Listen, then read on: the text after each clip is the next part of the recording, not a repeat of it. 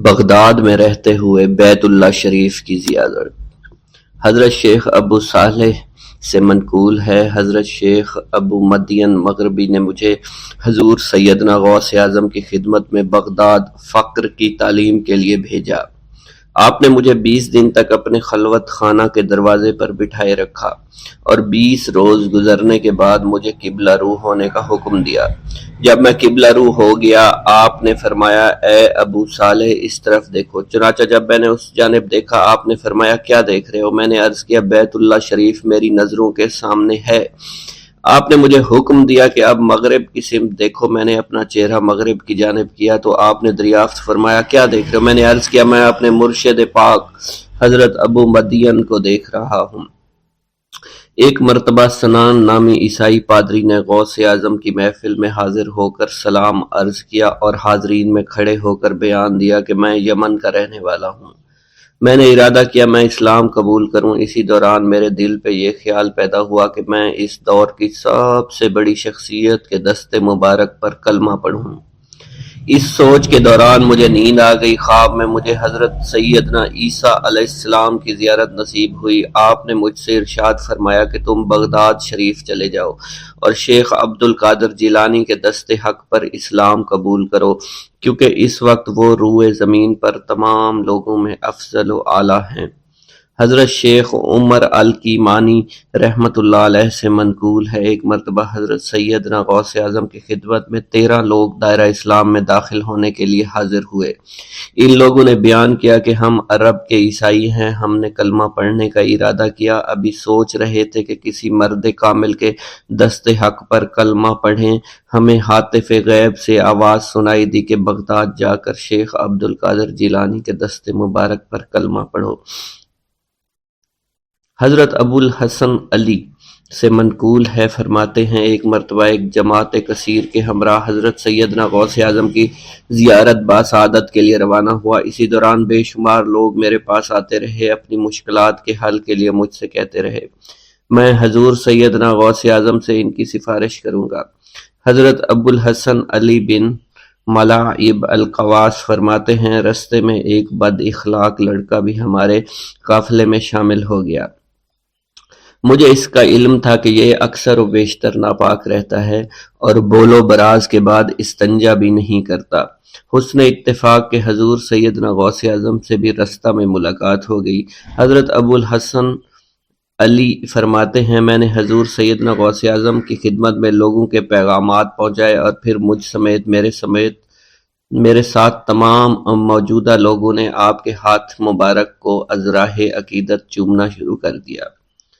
وہ فرماتے ہیں، جب اس بد اخلاق لڑکے نے حضور سیدنا غوث اعظم رحمۃ اللہ علیہ کا ہاتھ مبارک چوما تو بے ہوش ہو کر زمین پر گر پڑا۔ جب اس کو ہوش آیا تو اس کے چہرہ پر داڑھی نمودار ہو چکی تھی اور اس نے آپ کے دست حق پر توبہ کی، پھر اس کا شمار نیکوں میں ہوا۔ حضرت شیخ زین الدین فرماتے ہیں، میں نے حضور سیدنا غوث اعظم سے علم حاصل کیا۔ اللہ عز و جل نے مجھے 1 سال میں اتنا علم دیا کہ دوسروں کو وہ علم 20 سال میں بھی نصیب نہ ہوا ہوگا۔ میں نے آپ سے مصر جانے کی اجازت طلب کی تو آپ نے فرمایا، دمشق پہنچ کر غازیوں کو مصر میں داخل ہونے کے لیے تیار پائے گا تاکہ اس پر قابض ہو جائیں، مگر ان سے کہنا وہ ہرگز کامیاب نہیں ہوں گے، ہاں دوسری مرتبہ وہ ضرور کامیاب ہوں گے۔ حضرت شیخ زین الدین فرماتے ہیں، جب میں دمشق پہنچا میں نے وہی حال پایا۔ آپ نے بیان فرمایا، میں نے ان سے کہا تو وہ نہ رکے۔ جب میں مصر پہنچا میں نے خلیفہ کو ان کو مقابلے کے لیے تیار کیا۔ میں نے خلیفہ سے کہا، گھبراؤ نہیں، تم کامیاب ہو جاؤ گے۔ جب غازی مصر پہنچے تو ان کو شکست ہوئی۔ شیخ زین الدین فرماتے ہیں، خلیفہ نے مجھے اپنا ندیم خاص مقرر کر دیا اور اپنے ہر راز سے مجھے واقفیت دے دی۔ پھر دوسری مرتبہ غازی آئے، انہوں نے مصر پر قبضہ کر لیا۔ مجھے حضور سیدنا غوث اعظم کے قول کے مطابق ہر ایک سے 1.5 لاکھ دینار ملے۔ مجھے مصر میں ہر خاص و عام میں مقبولیت حاصل ہو چکی تھی اور بے شمار لوگ میرے واعظ سے مستفیض ہونے لگے تھے۔ حضرت سیدنا غوث اعظم شیخ عبد القادر جیلانی کی خدمت میں ایک عورت حاضر ہوئی۔ آپ سے دعا کی درخواست کی کہ اس کے ہاں اولاد ہو آپ نے مراقبہ میں جا کر لوح محفوظ کا مشاہدہ کیا تو وہاں لکھا تھا اس عورت کی قسمت میں اولاد نہیں ہے۔ آپ نے اللہ کے حضور اس کے لیے دعا فرمائی۔ غیب سے ندا آئی اس کے ہاں اولاد نہیں، آپ اس کے حق میں دعا جاری رکھیں، یہاں تک کہ غیب سے آپ کو ندا آئی کہ ہم نے آپ کی دعا کی بدولت اس کو 7 لڑکے عطا فرمائے۔ چنانچہ اس عورت کے ہاں یکے بعد دیگرے 7 لڑکوں کی دعا کی پیدائش ہوئی۔ حضرت شیخ ابو الخیر منقول ہے، فرماتے ہیں میں شیخ ابو حسن اور شیخ خلیل بن احمد اور شیخ ابو عبداللہ کی خدمت میں حاضر تھے۔ آپ نے فرمایا تم سب اپنی اپنی حاجات بیان کرو، میں انشاءاللہ تمہاری حاجات پوری کروں گا۔ شیخ ابو سعود نے کہا کہ میں ترک دنیا اختیار کرنا چاہتا ہوں۔ شیخ ابو قائد نے کہا میں مجاہدے کی قوت چاہتا ہوں۔ شیخ ابوالزاد نے کہا کہ میں خوف الہی چاہتا ہوں۔ شیخ فارسی نے کہا اللہ کے ساتھ میرا ایک حال ہے جسے میں کھو بیٹھا میں چاہتا ہوں کہ میرا وہ حال لوٹ آئے۔ شیخ جمیل نے کہا میں حفظ وقت چاہتا ہوں۔ شیخ عمر نے کہا کہ میں علم کی زیادتی چاہتا ہوں۔ حضرت شیخ ابو الخیر محفوظ فرماتے ہیں حضور سیدنا غوث اعظم نے فرمایا انشاءاللہ تم سب کی حاجات جلدی پوری ہوں گی۔ چنانچہ آپ کا قول پورا ہوا اور تمام لوگوں کی حاجات پوری ہوئیں ماں سوائے شیخ خلیل کے، کیونکہ حضرت شیخ خلیل نے قطبیت مانگی تھی جس کا ابھی وقت نہیں آیا تھا۔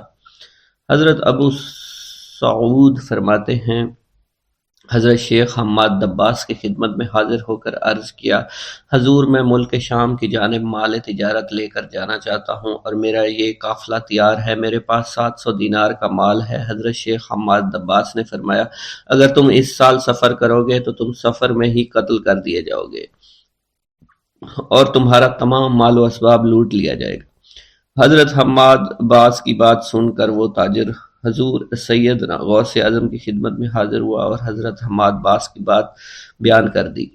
آپ نے فرمایا کہ تم سفر پر جاؤ، میں تمہارا ضامن ہوں۔ آپ کا فرمان سن کر وہ سامان تجارت لے کر شام پہنچا۔ اپنا تمام مال فروخت کرنے کے بعد وہ تاجر اپنے کسی کام سے حلب گیا، وہاں ایک مقام پر اس نے 1000 دینار رکھ دیا اور حلب میں اپنی قیام گاہ پر واپس آ گیا۔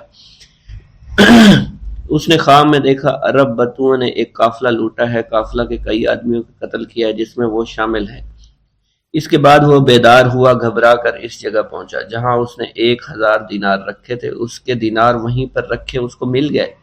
دینار لے کر واپس قیام گاہ پہنچا، بغداد شریف واپس جانے کی تیاری شروع کر دی۔ جب وہ تاجر بغداد شریف واپس پہنچا تو پہلے حضرت حماد باس کی خدمت میں حاضر ہوا تو آپ نے فرمایا کہ تم پہلے حضور سیدنا غوث اعظم کی خدمت میں حاضر ہوا، کیونکہ وہ محبوب سبحانی ہیں، انہوں نے اللہ کے حضور تمہارے لیے 70 مرتبہ دعا مانگی یہاں تک کہ تمہاری حقیقت کو خواب میں بدل دیا گیا۔ وہ تاجر آپ کی خدمت میں حاضر ہوا اور آپ نے حضرت حماد باس کی بات کی تصدیق کی۔ میرا یہ قدم تمام اولیاء کرام کی گردن پر ہے۔ ایک مرتبہ محلہ حلبہ میں اپنے مہمان خانے میں واز فرماتے ہوئے حضور سیدنا غوث اعظم پر اچانک حالت کشف طاری ہوئی۔ آپ رحمت اللہ علیہ نے فرمایا میرا یہ قدم ہر ولی اللہ کی گردن پر ہے۔ یہ ارشاد سن کر تمام اولیاء اللہ نے اپنی گردنیں جھکا دیں۔ صلحائے امت نے اس کی توضیح فرمائی ہے کہ آپ رحمت اللہ علیہ کے عہد مبارک اور بعد میں قیامت تک آپ کی عطا کے بغیر ولی اللہ ولایت کے درجے پر فائز نہیں ہو سکتا۔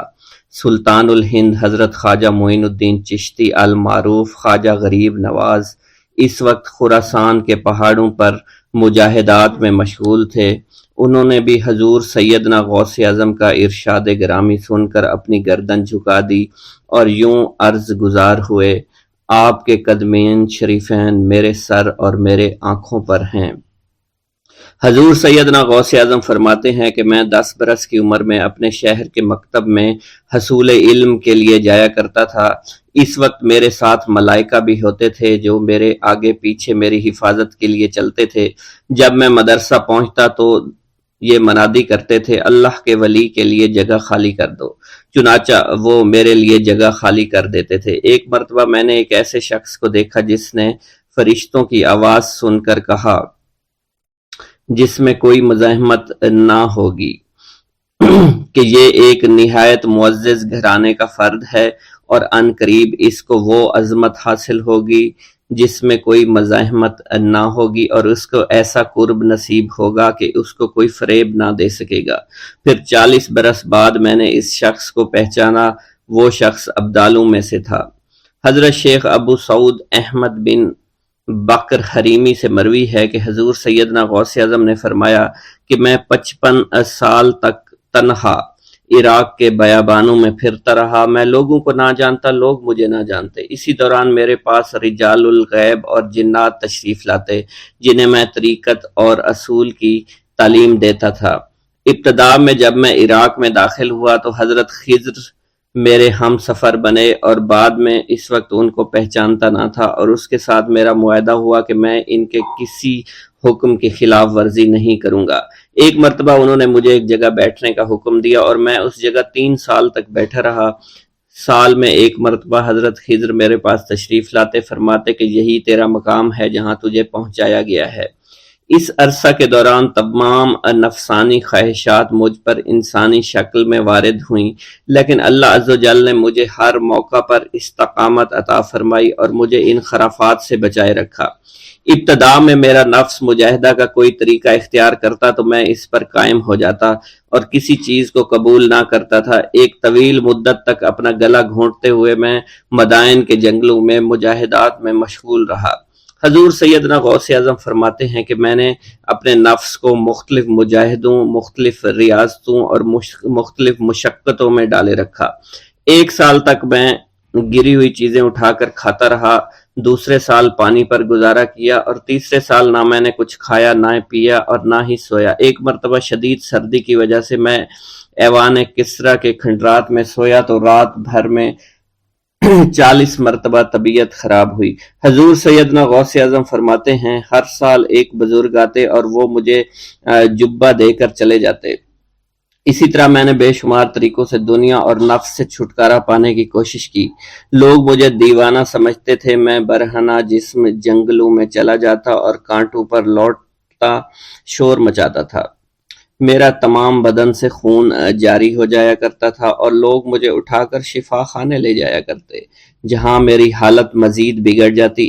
ایک وقت ایسا بھی آیا جب مجھ میں اور مردہ میں کوئی فرق نہ تھا۔ لوگ کفن لے کر آئے، غسال کو بلوایا کہ وہ مجھے غسل دے دیں۔ ابھی انہوں نے مجھے غسل دینے کے لیے تختہ پر ڈالا ہی تھا کہ میری حالت درست ہو گئی۔ میں اٹھ کھڑا ہوا۔ طریقت کی ان پرخطر راہوں میں نہ تو میں کبھی خوف زدہ ہوا اور نہ کبھی میرا نفس مجھ پر غلبہ پا سکا، اور نہ ہی دنیا کی آرائش مجھے حیران کر سکی۔ حضور سیدنا غوث اعظم فرماتے ہیں شیطان نے میرے گرد بے شمار جال بچھائے۔ جب میں نے اس سے کہا کہ یہ کیا ہے تو اس نے کہا یہ دنیاوی چیزیں ہیں اور میں ان جالوں سے تم جیسوں کو شکار کرتا ہوں۔ میں نے 1 سال تک شیطان کا مقابلہ کیا، اس کے بچھائے ہوئے تمام جالوں کو ختم کر دیا۔ اس کے بعد میرے سینے کو کھول دیا گیا اور مجھ پر بے شمار خلائق ظاہر ہوئے۔ حضور سیدنا غوث اعظم فرماتے ہیں میں نے دریافت کیا کہ یہ علائق کیسے ہیں؟ جواب ملا کہ یہ خلق کے اسباب ہیں جو تم سے ملے ہوئے ہیں۔ میں سال بھر ان کی جانب متوجہ رہا، یہاں تک کہ وہ مجھ سے جدا ہو گئے۔ جب مجھ پر میرا باطن ظاہر کیا گیا تو میں نے اپنے قلب کو بہت سے علائق سے ملوث پایا۔ میں نے دریافت کیا کہ یہ علائق کیا ہیں؟ جواب ملا یہ تمہارے ارادے، تمہارے اختیارات ہیں۔ چنانچہ 1 سال تک ان کی جانب متوجہ رہا کہ وہ مجھ سے دور ہو گئے۔ میرا قلب ان تمام غلاظتوں سے نجات پا گیا۔ پھر مجھ پر میرے نفس کو ظاہر کیا گیا، میں نے اس کا مشاہدہ کیا، مجھے معلوم ہوا اس کے ساتھ کچھ امراض اور بھی ہیں اور نفس کی خواہشات زندہ ہیں، نفس کا شیطان سرکش ہے۔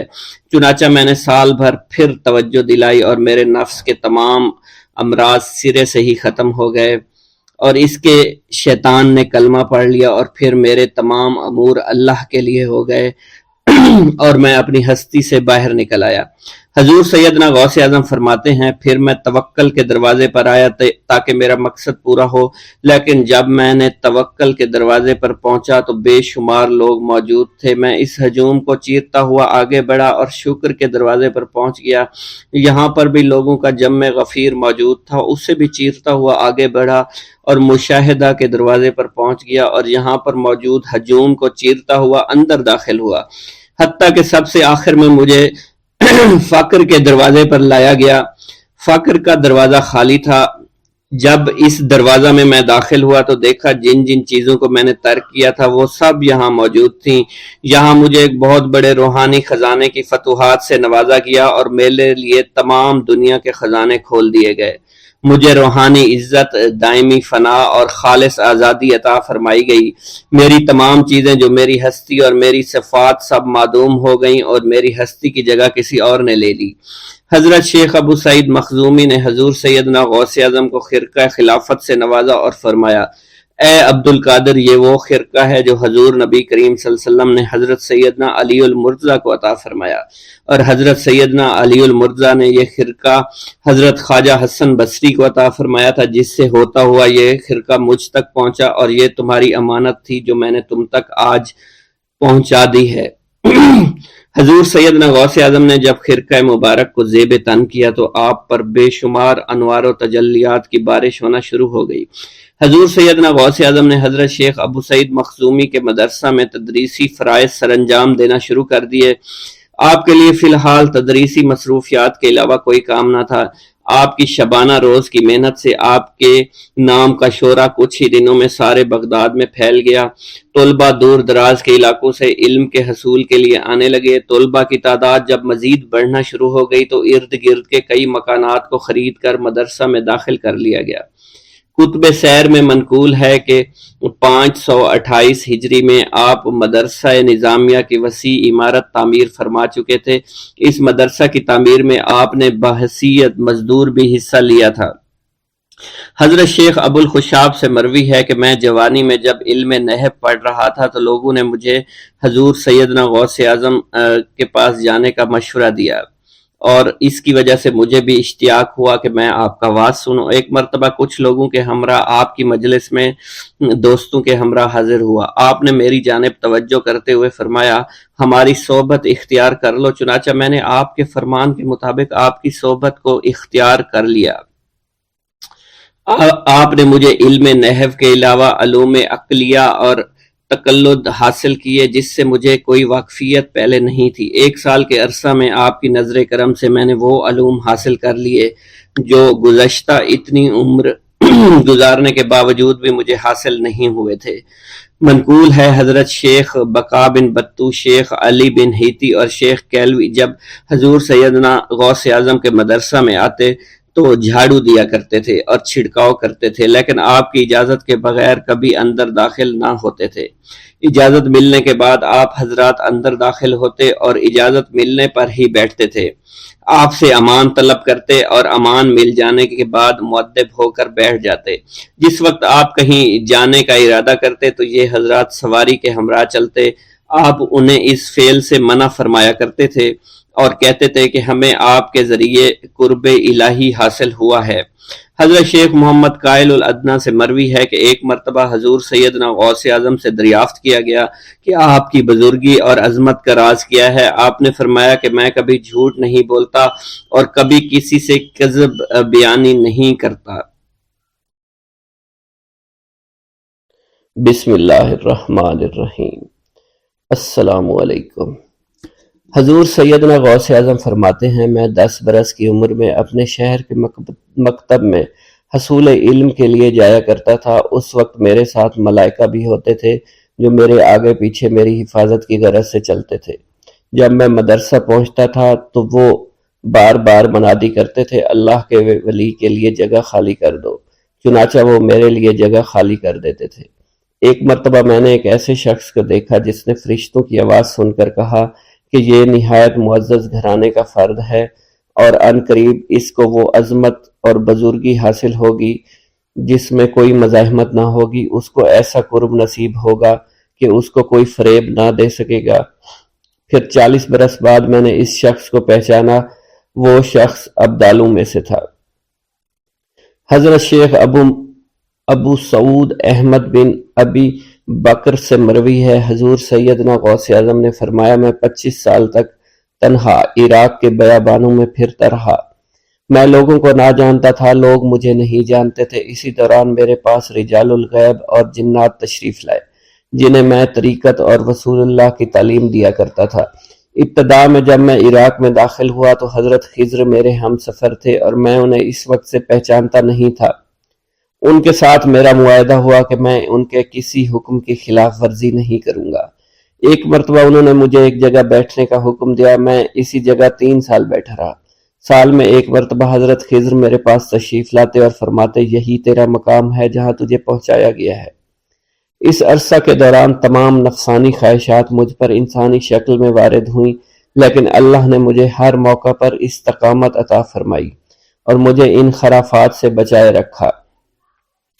ابتدا میں میرا نفس مجاہدہ کا کوئی طریقہ اختیار کرتا تو میں اس پر قائم ہو جایا کرتا تھا اور کسی چیز کو قبول نہیں کرتا تھا۔ ایک طویل مدت تک اپنا گلا گھونٹتے ہوئے میں نے مدائن کے جنگلوں میں مجاہدات میں مشغول رہا۔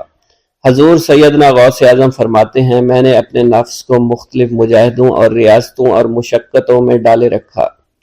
1 سال تک میں گری ہوئی چیزیں اٹھا کر کھاتا رہا، اسی دوسرے سال میں صرف پانی پر گزارا کرتا رہا اور تیسرے سال میں نے کچھ نہ کھایا اور نہ پیا نہ ہی سویا۔ ایک مرتبہ شدید سردی کی وجہ سے میں ایوان کسریٰ کے کھنڈرات میں سویا تو رات بھر میں 40 مرتبہ احتلام ہوا۔ میں نے ہر مرتبہ دریائے دجلہ پر جا کر غسل فرمایا، پھر نیند کے خوف سے محل کے اوپر ایک ویران جگہ پر چڑھ گیا اور وہاں 2 سال تک قیام کیا، حتیٰ کہ سردی کے سوا کوئی شے کھانے کو میسر نہیں تھی۔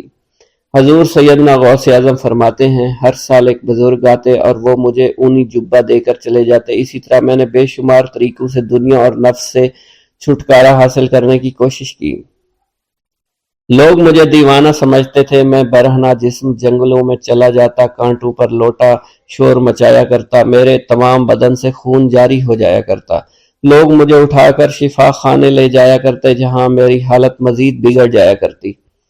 ایک وقت ایسا آیا جب مجھ میں اور مردہ میں کوئی فرق نہ تھا۔ لوگ کفن لے آئے اور غسال کو بلوایا کہ وہ مجھے غسل دے۔ ابھی انہوں نے مجھے غسل دینے کے لیے ایک تختہ پر لٹایا، میری حالت درست ہو گئی، میں اٹھ کھڑا ہوا۔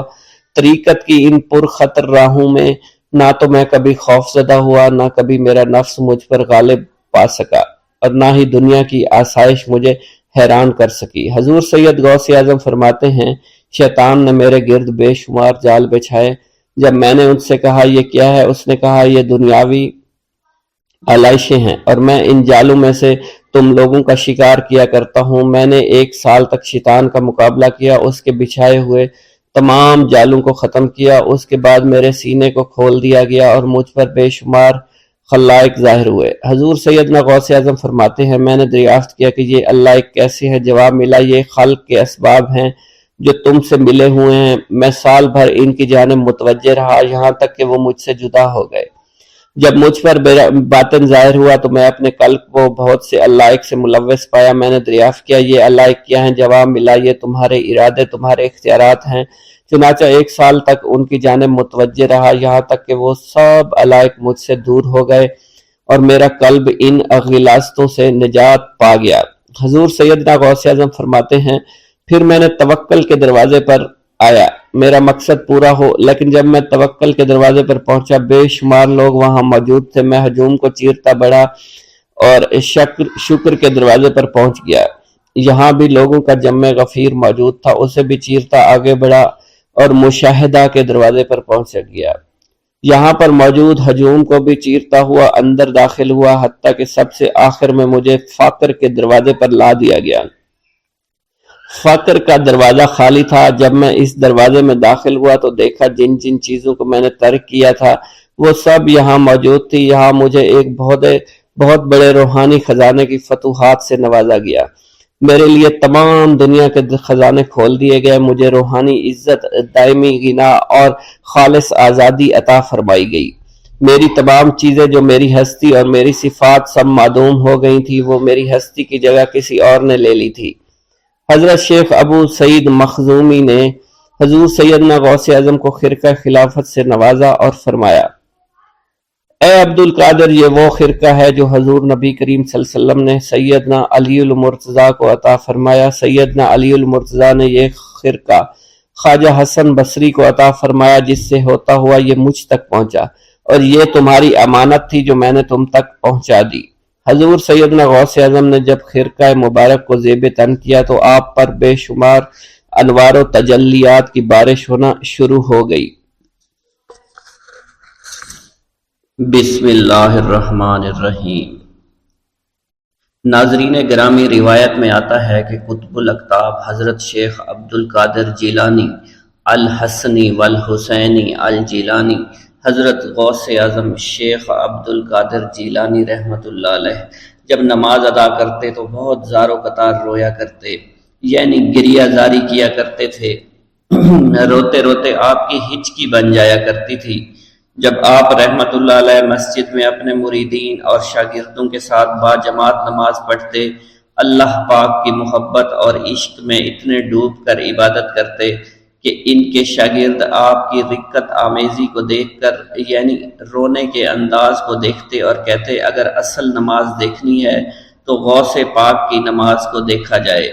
تو ایک بار کا ذکر ہے کہ آپ رحمت اللہ علیہ عراق کی مسجد میں سے باجماعت نماز پڑھ کر باہر نکلے۔ آپ کے مریدین بھی آپ کے ساتھ تھے۔ آپ نے دیکھا کہ اسی محلے میں کچھ بچے اخروٹ کے ساتھ کھیل رہے ہیں۔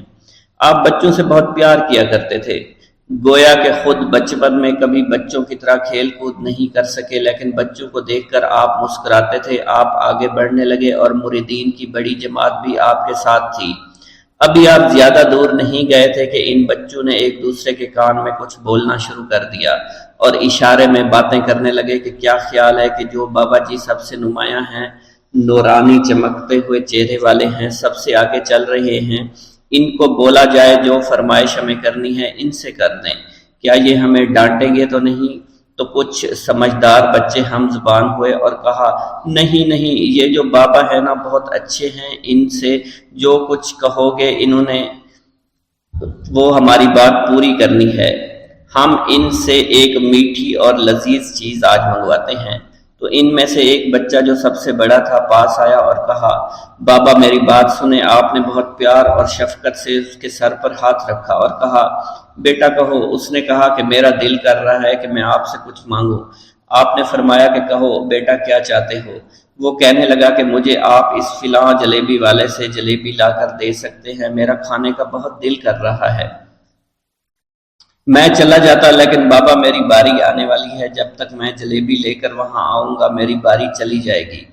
آپ رحمت اللہ علیہ کے وہاں کے مشہور بزرگ بڑے سردار لوگ ہیں، آپ کے خادمین آپ کے نوکر بننے کے لیے جان کی بازی لگانے کو تیار رہتے ہیں۔ ادھر وہ بچے آپ کے رتبے کو بھی دیکھ رہے تھے اور یہ بھی دیکھ رہے تھے کہ آپ کون سی شخصیت ہے، لیکن پھر بھی اتنے سارے لوگوں کو چھوڑ کر آپ سے وہ بچہ کہتا ہے کہ بابا مجھے جلیبی لا کر دے دیں۔ بابا جی نے کہا کہ ٹھیک ہے میں لا کر دے دیتا ہوں۔ آپ کا ایک مرید آپ کے پاس آیا اور کہا حضرت آپ کیوں اس بات پر توجہ دے رہے ہیں؟ آپ اس بچے کی فرمائش پر جلیبی لا رہے ہیں۔ حضرت آپ پر میری جان قربان ہو، میں اس بچے کو جلیبی لا کر دے دیتا ہوں۔ آپ رحمت اللہ علیہ نے اسے اپنے ہاتھ کے اشارے سے منع فرمایا اور کہا اس نے مجھ سے کہا ہے نا تو میں ہی اس کی خواہش کو پورا کروں گا۔ پھر آپ رحمت اللہ علیہ اس جلیبی والے کے پاس تشریف لے گئے اور جلیبی والا کچھ دیر پہلے اداس بیٹھا ہوا تھا۔ آپ رحمت اللہ علیہ اس کی دکان میں تشریف لے گئے تو وہ خوشی خوشی سے جھومنے لگا۔ آپ رحمت اللہ علیہ نے اس جلیبی والے سے جلیبی لی، اس نے خوشی خوشی آپ رحمت اللہ علیہ کے ہاتھوں میں جلیبی تھما دی۔ وہ آدمی لگ بھگ 70 سال کا تھا، اس بڑھاپے میں بھی وہ کام کرنے پر مجبور تھا۔ اس کی آنکھوں میں آپ رحمت اللہ علیہ کو دیکھ کر آنکھوں سے آنسو آ گئے۔ اس نے روتے ہوئے کہا اللہ کا لاکھ لاکھ شکر ہے، اس نے میری دعا سن لی۔ آپ نے میری دکان میں قدم رکھے تو کئی دنوں سے آپ کے انتظار میں یہاں بیٹھا ہوا تھا۔ میں جانتا تھا کہ آپ ضرور میری دکان پر تشریف لائیں گے۔ آپ رحمت اللہ علیہ نے فرمایا تمہیں کیسے پتا تھا کہ میں تمہاری دکان پر آؤں گا؟ وہ کہنے لگا کہ حضرت عرصہ ہوا ہے، کئی مہینوں سے میرا کاروبار نہیں چل رہا تھا، میرا کاروبار دن بدن ٹھپ ہوتا جا رہا تھا، فاقوں تک کی نوبت آ گئی تھی۔ مجھے اپنی فکر نہیں تھی لیکن اپنے چھوٹے چھوٹے بچوں کی تھی۔ اس بڑھاپے میں اللہ تعالیٰ نے اولاد تو دی لیکن ان کو پالنے کا کوئی بندوبست نہیں ہو رہا تھا۔ میں نے اپنی اس پریشانی کا ذکر کسی سے کیا تو اس نے کہا کہ عراق کے ایک شہر میں چلے جاؤ، وہاں پر کوئی ایک فقیر ہے، اس سے دعا کراؤ، وہ جس کے لیے دعا کرتے ہیں اس کا کام بن جاتا ہے۔ میں اتنا پریشان تھا کہ اس آدمی کے کہنے پر اس فقیر سے ملنے چلا گیا۔ اس کی تلاش کر کے میں نے اس سے کہا تم میرے لیے دعا کرو تاکہ میرے کاروبار میں ترقی ہو جائے اور میرے رزق میں برکت ہو جائے اور تنگ دستی دور ہو جائے تاکہ میں بیوی بچوں کا پیٹ پال سکوں۔ فقیر مجھے دیکھ کر کہنے لگا کہ تم پیران پیر غوث اعظم دستگیر رحمت اللہ علیہ کو نہیں جانتے؟ میں نے کہا میں نہیں جانتا۔ وہ کہنے لگا حیرت ہے کہ تمہیں یہ پتہ نہیں کہ تم ان کو جانتے ہی نہیں کہ ولیوں کے سردار ہیں۔ میں تو بہت چھوٹا سا فقیر ہوں، میری دعاؤں میں اتنا اثر نہیں کہ وہ غوث اعظم رحمت اللہ علیہ ہیں، جس کے لیے بھی دعا کریں اس کا بیڑا پار ہو جایا کرتا ہے، اور جب اس دور میں غوث پاک رحمت اللہ علیہ خود موجود ہے تو پھر ہمارا کیا مقام ہوگا ان کی دعا کے آگے؟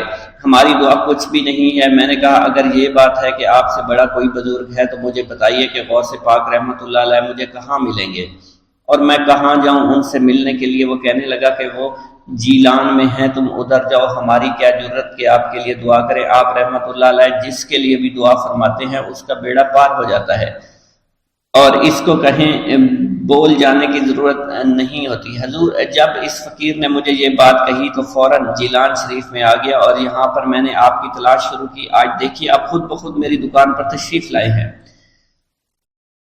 اب دیکھیے کہ آپ کے آنے سے کیسا نور میری دکان میں آ گیا ہے۔ حضور میرے حق میں دعا فرما دیجئے، اللہ پاک میری زندگی کو آسانیاں عطا فرمائے، مجھے اپنی بیوی اور بچوں کی بہت فکر ہے۔ آپ رحمت اللہ علیہ نے فرمایا پریشان ہونے کی ضرورت نہیں، اللہ تعالیٰ سب معاملات ٹھیک فرما دے گا۔ یہ کہہ کر آپ تشریف لے گئے، اس بچے کے پاس آئے اور اس کے ہاتھ میں جلیبی تھما دی۔ ابھی وہاں سے جانے والے تھے، دوسرا بچہ آیا، اس نے کہا کہ بابا آپ نے اسے تو جلیبی لا کر دی ہے، مجھے بھی لا کر دیں۔ آپ نے اس سے بھی تسلی دی اور کہا میں تمہیں بھی جلیبی لا کر دے دیتا ہوں بیٹا۔ یہ دیکھ کر مریدین بہت غصہ ہونے لگے اور کہا کہ حضور ہم اس بچے کو جلیبی لا کر دے دیتے ہیں، آپ کیوں زحمت کرتے ہیں؟ لیکن آپ نے فرمایا نہیں، یہ بچے مجھ سے کہہ رہے ہیں نا، میں ان کا نہیں ٹال سکتا۔ حضور آپ بہت مصروف شخصیت ہے، کیوں ان چھوٹے بچوں کی باتیں سن رہے ہیں؟ آپ نے ہاتھ کے اشارے سے انہیں روکا اور فرمایا اللہ تعالیٰ نے ہمیں جس کام کے لیے چنا ہے بس وہ کام ہی ہم کر رہے ہیں، تم لوگ اللہ پاک کی حکمت کو نہیں سمجھ رہے۔ پھر آپ جتنی بار وہ بچے آپ کو بھیجتے رہے، آپ رحمت اللہ علیہ ان کے لیے جلیبیاں لاتے رہے، حتیٰ کہ آخری بچے کو بھی آپ نے جلیبی لا کر دے دی اور وہ مزے سے کھانے لگے۔ جلیبی کھانے کے بعد وہ آپ کو دعائیں کرنے لگے اور کہا آپ بہت اچھے انسان ہیں، جیسا کہ آپ کے بارے میں ہم نے سنا تھا آپ ویسے ہی ہیں، آپ اخلاق کے بہت عمدہ ہیں، آپ کی سخاوت کے بارے میں ہم نے جتنا سن رکھا تھا آپ اتنے ہی سخی ہیں، ہم آپ سے بہت خوش ہوئے۔ آپ رحمت اللہ علیہ مسکرائے، بچوں کی خوشی دیکھ کر آپ کو دلی اطمینان ملا۔ اب ایک اور نماز کا وقت ہو رہا تھا، آپ نے مریدین سے کہا کہ چلو نماز پڑھنے کے لیے مسجد میں چلتے ہیں۔ وہ سب مل کر مسجد میں چلے گئے اور اللہ کی عبادت میں مصروف ہو گئے۔ پیر دستگیر حضور غوث اعظم شیخ عبد القادر جیلانی رحمت اللہ علیہ نے اپنی زندگی کا ایک لمبا عرصہ مجاہدات میں گزارا۔ جب آپ بغداد شریف میں علم دین پڑھتے تھے، آپ کا معمول تھا کہ مدرسے کے اسباب پڑھ کر جنگل کی طرف نکل جایا کرتے تھے اور وہیں اپنے سبق یاد کرتے تھے، عبادت میں مصروف اور مشغول رہا کرتے تھے۔ اسی زمانے کی بات ہے کہ ایک روز حضور غوث اعظم شیخ عبد القادر جیلانی رحمت اللہ علیہ نے کسی غار کے قریب ایک پتھر کو دیکھا، اس پر ایک درود پاک لکھا ہوا تھا اور ساتھ ہی یہ بھی لکھا تھا کہ یہ درود جو پتھر پر لکھا ہے اسے ایک مرتبہ پڑھنے سے 50,000 درود شریف پڑھنے کا ثواب ملتا ہے۔ حضور غوث اعظم رحمت اللہ علیہ نے وہ درود شریف لکھ لیا اور اسے پڑھنے لگے۔ بعد میں ایک روز آپ کو خواب میں پیارے آقا مکی مدنی محمد مصطفیٰ صلی اللہ علیہ وآلہ وسلم کی زیارت ہوئی۔ آپ نے آخری نبی رسول ہاشمی صلی اللہ علیہ وسلم سے اس درود شریف کے متعلق پوچھا کہ کیا یہ وہی درود شریف ہے جس کے پڑھنے سے 50,000 درود شریف پڑھنے کا ثواب ملتا ہے؟ سرکار عالی وقار مکی مدنی تاجدار مدینہ صلی اللہ علیہ وآلہ وسلم نے فرمایا اس درود شریف کے پڑھنے سے 50,000 کا نہیں بلکہ 70,000 درود شریف کا ثواب ملتا ہے۔ سبحان اللہ۔ اللہ پاک کے اپنے محبوب کی امت پر کرم نوازیاں دیکھی کہ جو بندہ ایک بار درود شریف پڑھے، روایت کے مطابق اسے 10 نیکیاں ملتی ہیں، 10 گناہ معاف ہوتے ہیں اور 10 درجات ہی بلند کیے جاتے ہیں۔ یہی کرم نوازی کتنی عظیم ہے کہ ایک مرتبہ درود شریف پڑھنے سے اتنا ثواب ملے۔ اس پر مزید کرم بالائے کرم کہ ایسے درود شریف بھی ہیں جنہیں صرف ایک مرتبہ پڑھنے سے صرف ایک درود شریف کا ثواب نہیں بلکہ کئی ہزار درود شریف کا ثواب ملتا ہے۔ حضور غوث پاک شیخ عبد القادر جیلانی نے پتھر پر لکھا ہوا جو درود شریف آپ پیارے آقا مکی مدنی محمد صلی اللہ علیہ وسلم نے خواب میں تشریف لا کر بتایا کہ اسے ایک مرتبہ پڑھنے کے 70,000 درود شریف کا ثواب ملتا ہے۔ سبحان اللہ، کاش ہم ان کرم نوازیوں کی قدر کو جان پائیں۔ ہمارے پیر غوث پاک رحمت اللہ علیہ فرماتے ہیں، اے محمد، اللہ پاک کا شکر ادا کیا کرو، پہلی امتیں جتنا عمل کرتی تھی اللہ پاک ان کی نسبت تم سے تھوڑے عمل پر ہی راضی ہو جاتا ہے۔ مزید فرماتے ہیں کہ مسجد کو لازمی پکڑو اور نبی رحمت صلی اللہ علیہ وآلہ وسلم پر کثرت سے درود شریف پڑھا کرو۔ اللہ پاک ہمیں کثرت سے درود شریف پڑھنے کی توفیق عطا فرمائے۔ یہ درود شریف قادری حضرات اپنے مریدوں کو روزانہ 511 مرتبہ یا 111 مرتبہ پڑھنے کی تلقین کیا کرتے ہیں۔ یہ درود شریف رحمت خداوندی کا خزانہ ہے، لہٰذا جو شخص اس درود شریف کو روزانہ 111 مرتبہ تاحیات پڑھتا رہے گا وہ رحمت خداوندی سے مالا مال ہو جائے گا، اور جو شخص روزانہ اس درود پاک کو کم از کم ایک بار ضرور پڑھیں اس سے ہزاروں نعمتیں حاصل ہوں گی۔ نمبر 1، رزق میں برکت ہوگی، تمام کام آسمان سے ہو جائیں گے، رضا کے وقت کلمہ نصیب ہوگا، موت کے وقت جان کنی کی سختی سے محفوظ رہے گا، قبر میں وسعت ہوگی، کسی کی محتاجی نہیں رہے گی، مخلوق خدا اس سے محبت کریں گے۔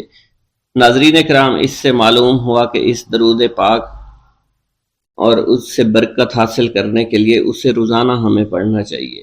اس کے علاوہ رسول اکرم صلی اللہ علیہ وسلم کے قرب اور اس کی زیارت کے لیے بھی یہ درود شریف بہت مؤثر ہے۔ مگر آپ اگر رزق کی کمی کا شکار ہیں، پریشانی اور مشکلات میں گھرے ہوئے ہیں تو اس درود کو اپنا معمول بنا لیجئے۔ تمام بھائی جو حضور غوث پاک سے عشق و محبت کرتے ہیں، حضور غوث پاک کو مانتے ہیں، وہ کمنٹ باکس میں یا غوث اعظم لکھ دیجئے۔ اللہ ہمارے رزق، مال و جان اور عزت میں برکت عطا فرمائے اور ہماری مغفرت عطا فرمائے۔ بھوک اللہ کے خزانوں میں سے ایک خزانہ ہے۔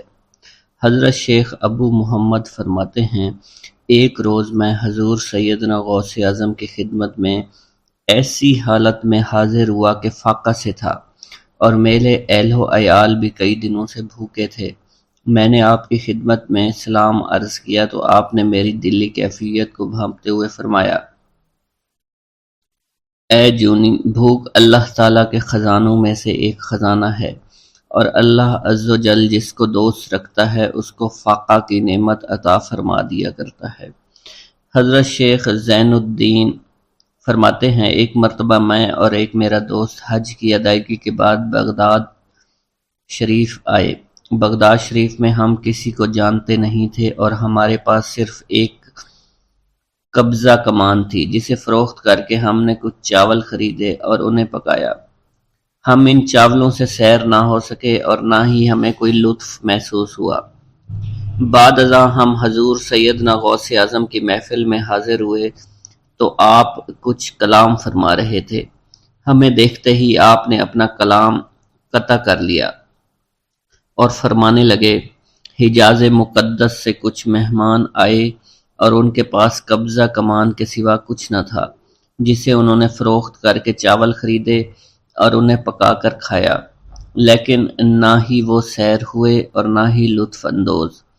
حضرت شیخ زین الدین ابو الحسن علی بن ابو طاہر ابراہیم انصاری فرماتے ہیں، ہم نے جب حضور سیدنا غوث اعظم کا یہ کلام سنا تو ہم نہایت حیران ہوئے۔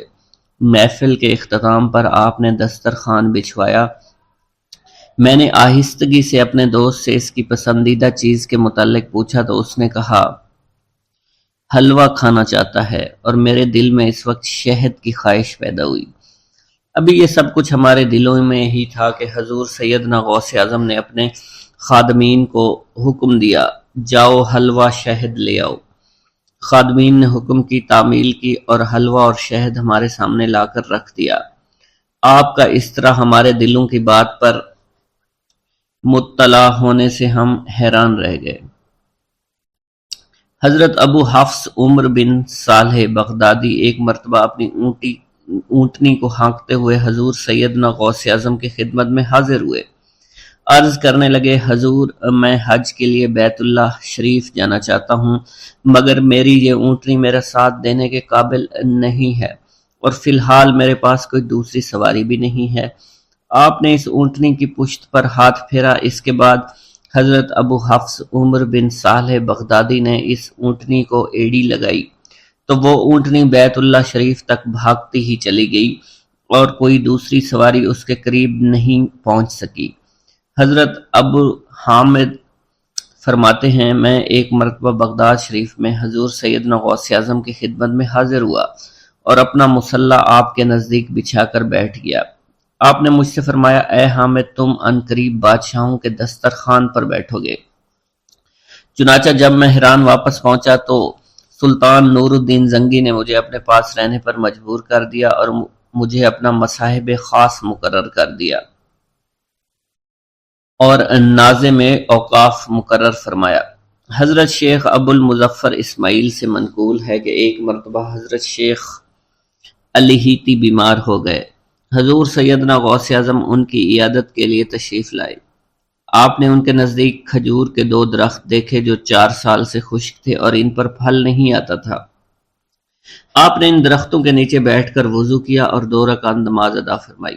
کچھ دن گزرنے کے بعد ان درختوں پر پھل لگ گئے اور وہ دوبارہ سے سرسبز و شاداب ہو گئے۔ جھولی کو میری بھر دو ورنہ کہے گی دنیا، ایسے سخی کا منگتا پھرتا ہے مارا مارا۔ مولانا عبد الرحمن جامی فرماتے ہیں، حضور سیدنا غوث اعظم کا ایک مرید آپ کے ہمراہ مسجد کی جانب جا رہا تھا۔ جمعہ کا دن تھا۔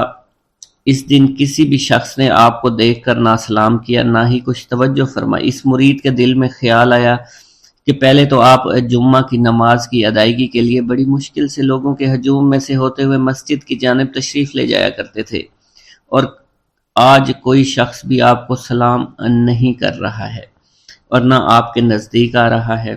مولانا عبد الرحمن جامی فرماتے ہیں، ابھی یہ خیال اس مرید کے دل میں ہی تھا کہ حضور سیدنا غوث اعظم نے مسکرا کر اس مرید کو دیکھا، پھر لوگوں کا ایک جمع غفیر اکٹھا ہو گیا اور ہر کوئی آپ سے سلام کرنے کا خواہش مند تھا، یہاں تک کہ اس مرید اور آپ کے درمیان ہجوم حائل ہو گیا۔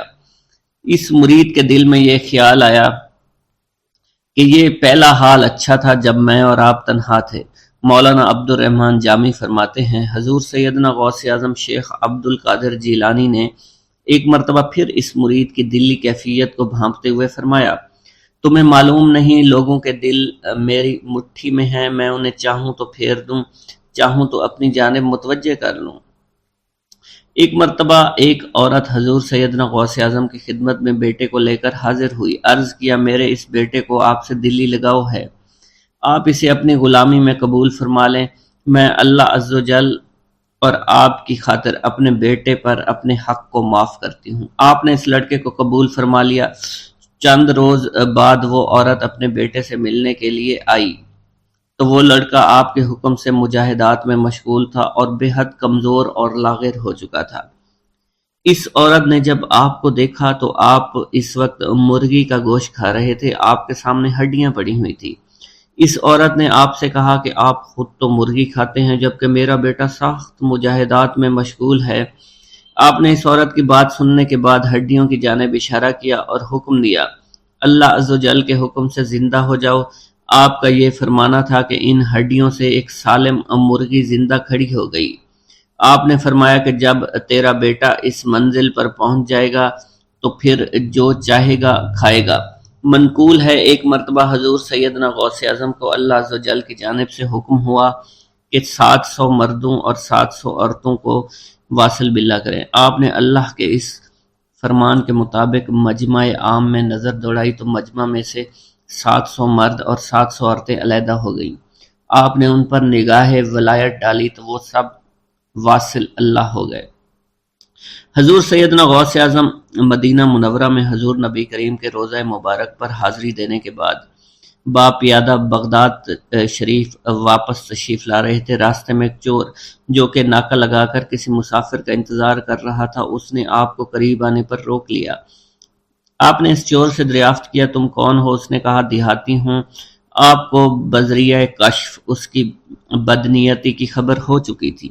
اسی دوران اس چور کے دل میں خیال پیدا ہوا کہ یہ غوث اعظم ہوں گے۔ آپ نے اس کے دل کی بات کو بھانپتے ہوئے فرمایا کہ میں عبد القادر ہوں۔ چور نے جب آپ کی بات سنی فوراً قدموں میں گر پڑا اور معافی کا خواستگار ہوا۔ آپ کو اس کی حالت پر ترس آ گیا۔ آپ نے اللہ عز و جل کے حضور اس کے لیے دعا فرمائی تو ندائے غیبی سنائی دی، اے غوث اس چور کو سیدھے راستہ دکھاتے ہوئے کتب بنا دو۔ آپ نے اس چور کی جانب نگاہ دوڑائی تو آپ کے فیض روحانی سے کتب کے درجے پر وہ فائز ہو گیا۔ حضرت شیخ ابو عباس خضر بن عبداللہ بن جایہ حسینی فرماتے ہیں ایک مرتبہ میں نے خلیفہ ابو المظفر یوسف عباسی کو حضور سیدنا غوث اعظم شیخ عبد القادر جیلانی کی خدمت میں موجود پایا۔ اس نے آپ سے کسی کرامت کو دیکھنے کی درخواست کی اور کہا کہ اس سے میرا دل مطمئن ہو جائے گا۔ حضور سیدنا غوث اعظم حضرت سیدنا شیخ عبد القادر جیلانی نے خلیفہ سے پوچھا کہ تو کیا چاہتا ہے؟ اس نے کہا کہ ایک سیب، اور اس وقت عراق میں سیبوں کا موسم نہ تھا۔ آپ نے اپنے دست مبارک فضا میں بلند کیا اور دیکھتے ہی دیکھتے آپ کے ہاتھ میں 2 سیب آ گئے۔ آپ نے ایک سیب ابو المظفر کو دیا اور دوسرا خود رکھ لیا۔ ابو المظفر نے جب اپنا سیب چیرا تو اس میں سے کیڑا نکل آیا۔ اس نے جب اپنا سیب چیرا تو یہ اندر سے سفید تھا، اس میں سے کستوری کی خوشبو آ رہی تھی۔ ابو المظفر نے وجہ دریافت کی تو آپ نے فرمایا اس سیب میں سے کیڑا اس وجہ سے نکلا کیونکہ اس سیب کو ظالم کا ہاتھ لگا ہوا تھا۔ حضرت شیخ ابو محمد سے مروی ہے ایک مرتبہ میں حضور سیدنا غوث اعظم کی خدمت میں بغداد شریف حاضر ہوا۔ کچھ دنوں تک آپ کے ہاں قیام پذیر رہا اور روحانی فیوز و برکات سے مالا مال ہوا۔ بعد ازاں جب میں واپس اپنے ملک مصر روانہ ہونا لگا تو آپ نے مجھ سے فرمایا کہ کبھی کسی سے کوئی چیز مت مانگنا۔ پھر آپ نے اپنی انگشت شہادت میرے منہ میں ڈالی اور فرمایا کہ اسے اچھی طرح چوسو۔